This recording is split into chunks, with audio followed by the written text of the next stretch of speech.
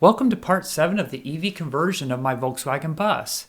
In this part, we will be assembling the charging system. We'll start with the wiring and mounting of the J1772 charge port. Then we will construct the charging box. This will bring together our charge port, charge controller, charger, and accessory battery maintainer. And then finally, we'll test it all out and make sure it works properly. A little bit of a spoiler alert, I made some faulty assumptions going into this video, which caused some rework, but don't worry, by the end, I'll get it all worked out. So here we go. Starting with my charging port, I separated it and ran my wires through the waterproof grommet. This will include my two hot wires, my ground, the pilot, and proximity wires. I soldered the smaller pins to my proximity and pilot wires, and then I soldered the pins onto my larger 10-gauge power wires. After that, I mounted the pinned wires to the inlet housing. And then I added some shrink wrap to hold all the wires together.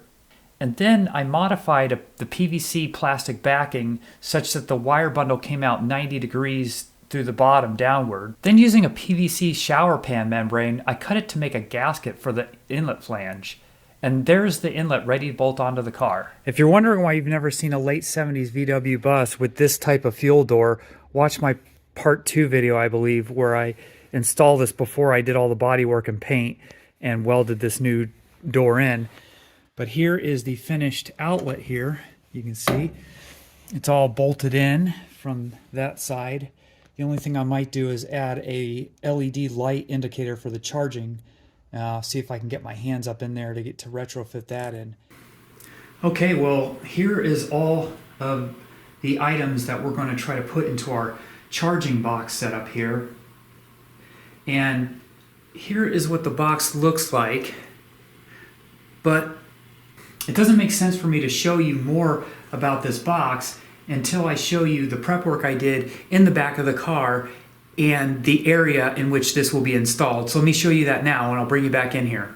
Okay, so sorry this is dark, but I want to show you kind of the setup work I did here. The charger, which is of course over in my battery tray on the driver's side, is now the cable is going up into those heavy duty wiring anchors and following along above the rear hatch lid along with the taillight wiring. And that's just coming down to there. You know, I just have that loose right there. Back on this area, I've got these self-tapping screws already drilled out. And the box is going to go basically right here. And this, and I'll explain where those wires are going into, but it's pretty obvious.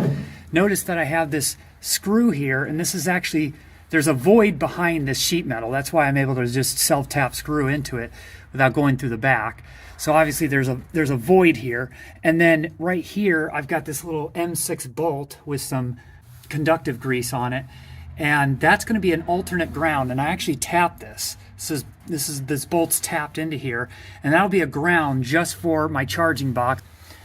Then I showed that I got my charging cable put in. I added some split corrugated protective plastic lining around it. On this side, though, I drilled a 1-inch hole and I added an end piece for one of those plastic non-metallic conduit ends. And I'm going to use this heavy-duty stuff here to whip it from here in this conduit over to the box. And the reason for that is, you know, when you saw before, what I did was I just put these two little silicone wires. You know, they're not super delicate, but they're not that, you know, sturdy. And then I've got the main charging wires, which is basically just a reuse this heavy duty 10-gauge extension cord here. But I'm going to strip this all back, and that's what's going to go inside the conduit and then inside the box here. Okay, well, now that you saw the placement in the car of where this box is going to go, you know, right there by the hatch lid on that passenger side there over by the battery tray, now I'm going to just explain what all these things that are going to go in it are.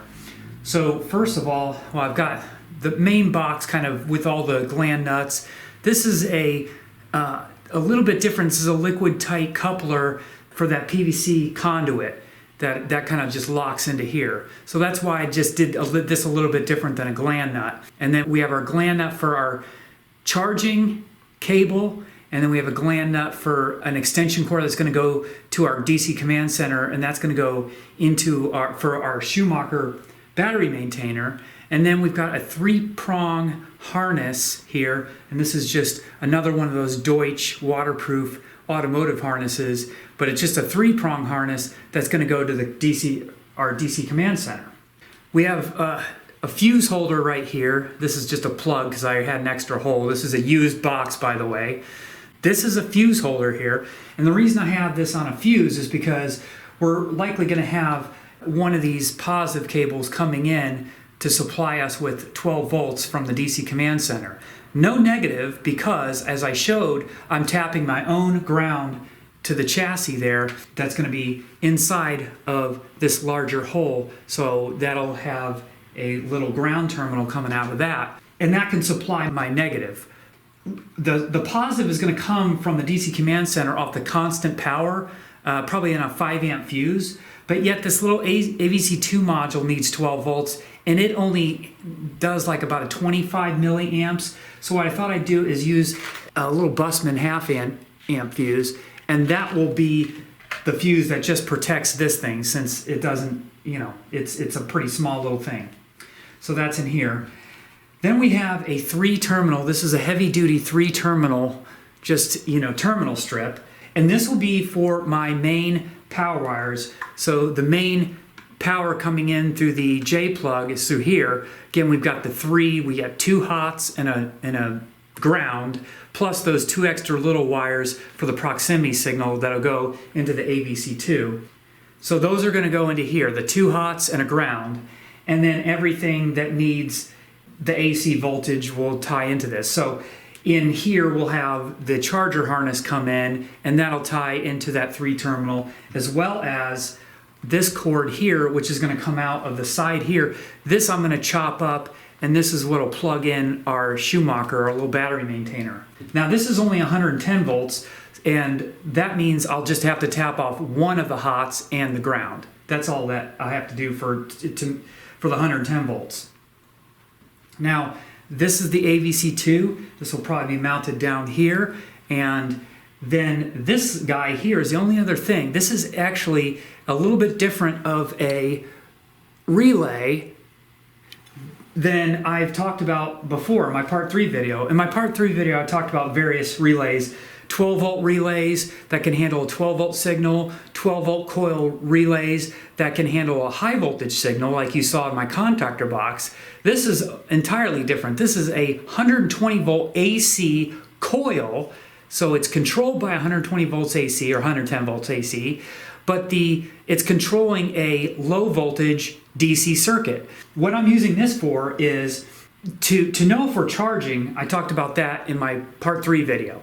This just tells us if we're latched, if we've got the J plug latched in using that proximity signal. So I'll tap off this to know, are we plugged in? But to know if we're actually charging, I'm going to use this. So I'm going to tap off one leg of the terminal strip here, so because this is only 110 volts, not 220. I'll tap off one leg of that terminal strip, and that'll go into here, and then I'll the control circuit will be just one of my 12 volts split off the 12 volt coming in, and that means the output will come back out, and that will tell me that we're charging. It'll give me a 12 volt signal that'll say I'm charging. So this will give me a 12 volt signal that says we're plugged in, and this will give me the 12 volt signal that says we're charging. So that's all the stuff I need to get wired in here, and while I'm in my warm house, I'll go ahead and get as much wiring done as I can, and then I'll have to go outside and then we'll finish the fitment. So I'll bring you back in once I finish wiring it. Well, here is some of it wired up. It's already looking messy, but I won't go over this in too much detail. I will say that I've got these little Wagos on here because there's lots of splitting on the positive and negative there. These Wagos work pretty good if you're using thicker wire and you tin the wires too. These are like the kind that you lock in, not the push-in style, so they're really pretty tight. One thing I wanted to note here is with this negative thing, notice that not only is that tying into our AC, J-plug negative, but it's also tying into that little ring there. If you can see that, that's going to lug onto our ground lug right in the center there. And this is the wiring diagram from the ACV2. And so what I'm doing there is, notice it has a ground and a chassis. So this is the plug-in port ground, and then the vehicle chassis and battery negative. Notice all that they say to tie together. They want you to tie those two together, tie it to your chassis ground, which is your battery negative, and to your J-plug ground. All tied together. That seems counterintuitive. I mean, that's basically what I did here. Seems counterintuitive. I think on my last build, I kept everything isolated. Nothing was grounded to the chassis. But I think the idea behind that, my guess, and maybe you can leave a comment, is that if you do have a ground fault in your charger, the best thing to do is just to, as quickly as possible, ground fault that to the chassis of the car so that the GFI on your charger trips as quickly as possible. That's my guess. So, but these people know a lot more than I do, so I'm just going to follow their wiring diagram. And of course, I have the normally open relay is right here, so that's the green wire that's going to go out to my harness here. So that's the charging port 12 volt indicator, and so that common feeds that positive 12 volts.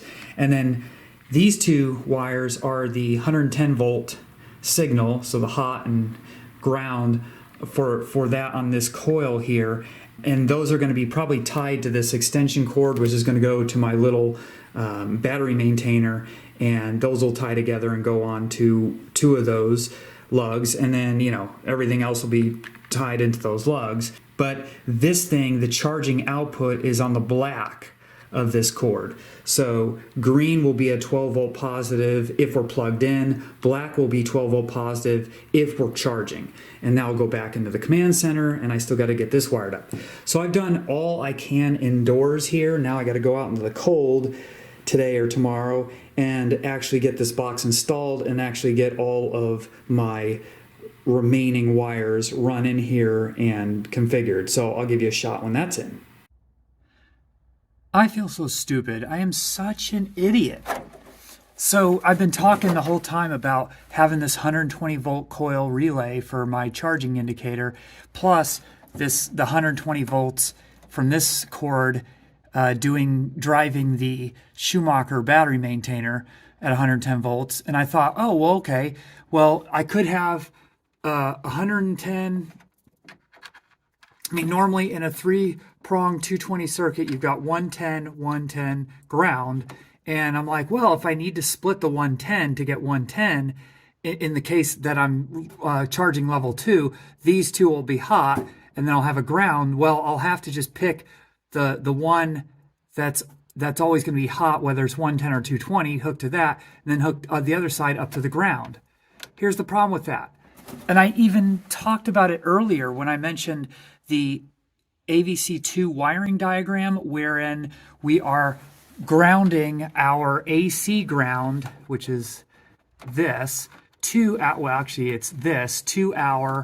chassis ground. This black wire going into that nut that you can't see now because so much stuff in there. Well, here's the problem with that, is if I'm running a 110 circuit that taps off just, that black and green wire there, that just taps off the one hot leg and the ground, what's going to happen? Current is going to flow into the ground. And therefore, it's going to flow into the ground of the chassis. And then therefore, my EVSE is going to throw a vehicle fault code. So when I went to go test this thing, and it's kind of taken apart right now, but I had just these coil wires on. I had all this connected, but what I did was I just did the charging coil, and then I left the Schumacher battery maintainer unplugged. Well, it threw the fault code even with that little tiny bit of current going through the coil for the 110 volts. Even then it threw the fault code, which is a good thing. That means any tiny little bit of current that leaks into the chassis of the car will turn off the EV charger. So that means that's very safe. The problem now is I'm realizing that you cannot do a tap 110 circuits off of a 220 circuit unless it's a 4-prong circuit that has a neutral, because you would need to know that you're going from a hot to a neutral and not and not hot to ground. So therefore, I'm going to have to take out that relay, and also the battery maintainer is not going to work. Now, what do I do now? Well, I've got an idea on how to do the charging circuit, and it doesn't involve me buying a new relay that can handle a coil voltage of anywhere between 100 and 240 volts. What I did was instead found something that I already had at the house, and it didn't cost me anything so I didn't need to purchase anything. Let me show you what I came up with. So this is what I decided to replace that relay with. It'll fit in there, but I may have to move that fuse. So what this is an AC to DC power supply. And I have a whole bin of AC to DC power supplies and converters of various electronic devices or computer devices that I've had. And I just keep that in my basement. And this came out of that bin. And what this was is a wall wart. So it had two little tines that you would plug it directly into the wall. And it was for like a Motorola modem power supply or something like that. So what I did, and the specs on this is, you can't read that, but the input voltage can be anywhere between 100 and 240 volts AC. So you could do 110 or 220, it doesn't matter. And the output is a 12 volt DC at 1.5 amps. So instead of just a relay where I'm providing that 12 volt common, I'm just going to plug this in. So what I did was I took the two tines off, or I split the case open, pulled everything out, put some nuts on the back for me to mount it through the back of the case. And then where the tines were that plugged into the wall, I ripped those out, put a few holes and grommets in there, and just ran wires directly out. So these wires will get plugged into the two hot terminals on my charging terminal strip. And whether that's 110 or 220, this will work. So, and I don't need to provide it. It doesn't need to provide its own common 12 volt positive. It actually comes out itself. So that's what I'm going to do to replace this relay here. And that's what will allow me to get my charging 12 volt indicator.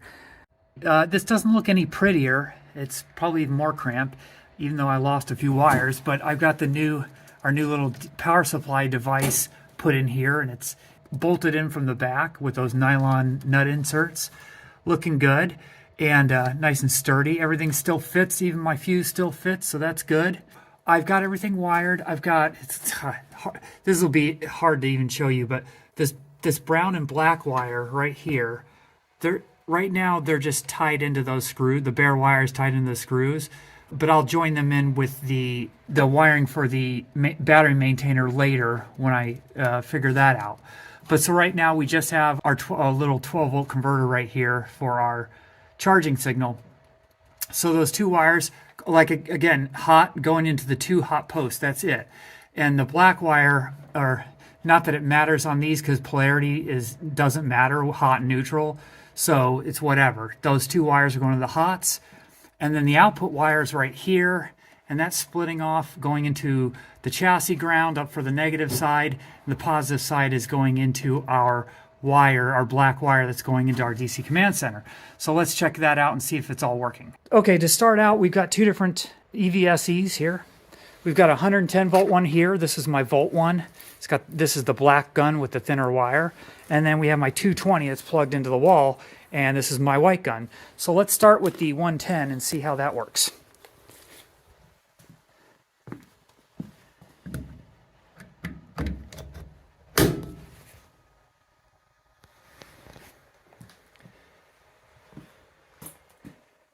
All right, let's go up above and check out our wires. Okay, so first we'll try out our, our plugged in, our proximity or plugged in wire. That's still working. And then our charging wire, which didn't work before, and now we have 12 volts. I'll probably add an inline 1 amp fuse just because I want to make sure I don't blow that little AC adapter in there. So I'll just put an inline fuse, even though I'm just running LED lights. But that's all good. And what I didn't show you is that our EVSE, of course, is not throwing the fault. and we have full power coming in. Let's check out the 220 and then we'll move on. All right, plugging in my 220 EV charger.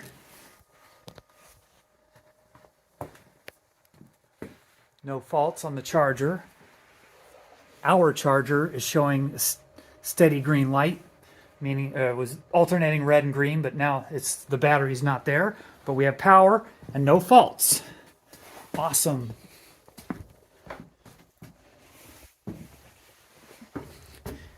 And of course, what we're expecting up here is our two 12-volt signals. We're plugged in and we're bringing in power from the charger.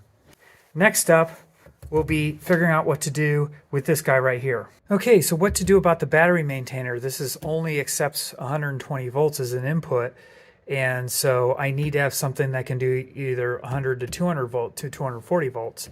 So I need to swap that out. So the direction I chose to go is to just buy my way out of my stupidity and just get a new unit. This is what I'll do is I'll put a link to it in this video, as well as remove the link to the Schumacher and put the link to this in my previous command center video where I introduced this. But this is the Guardian 1. It's a 1.2 amp maintainer. It's the exact same thing, just a little less power. It's made by the Interstate Battery Company.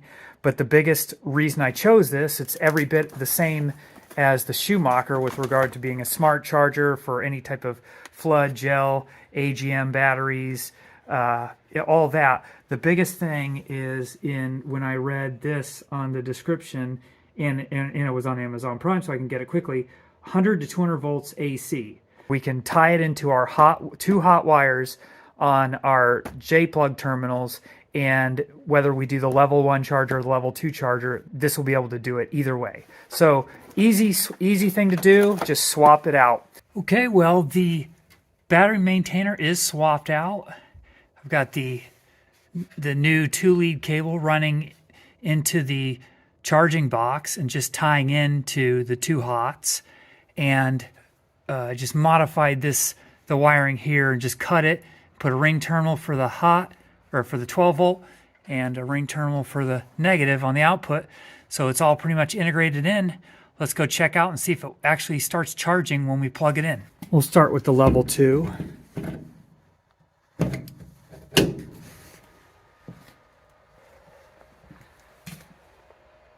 Charger's blinking red, then green, no battery.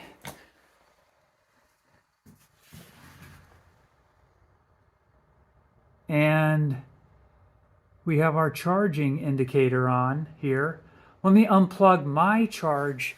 I have to have my own charger on. It's a chicken and egg situation. I have to have my charger on in order to get this dead 12-volt battery to get to 12 volts so that we can start charging. Then once we start charging, now we have two chargers on the battery. Go ahead and turn this one off.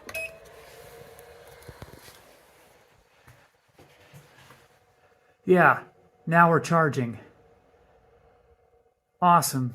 And just to be thorough, let's try out our level 1 110 charger. No faults. Charger is enabled. And our battery maintainer is charging.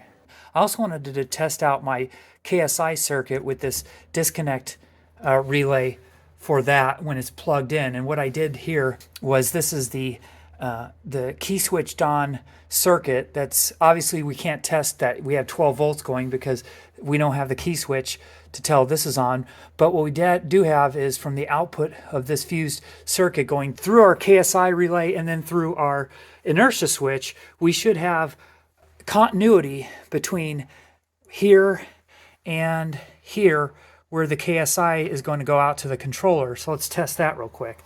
So I got my meter here, and we're going to test the continuity, and we do have continuity. Now what I want to test is I'm going to plug in the car, and that should open this relay, or should close it to the normally open terminal, which should open the circuit up, and we should no longer have continuity, and our KSI circuit should be opened up. Let's test that real quick. Okay, we are plugged in now, and I'm expecting that relay to be open. Let's just make sure it opened our circuit here. And we no longer have continuity. So therefore, we are on the normally open terminal, and that is working as expected. So such that if we're plugged in, that relay will cause our KSI to disable so that we can't operate our controller while plugged in. Well, next what we could do is just a real quick test of our brake and reverse wires, which are these two right here. What I'll do is I'll just take this 12 volt here off the lighting, and I'll just borrow it to just put on these circuits. And if I apply 12 volts here, I should be able to light up either the reverse lights or the brake lights. So let's see if that's working. All right, I turn the lights off so I can really see. Here's the test for the reverse lights.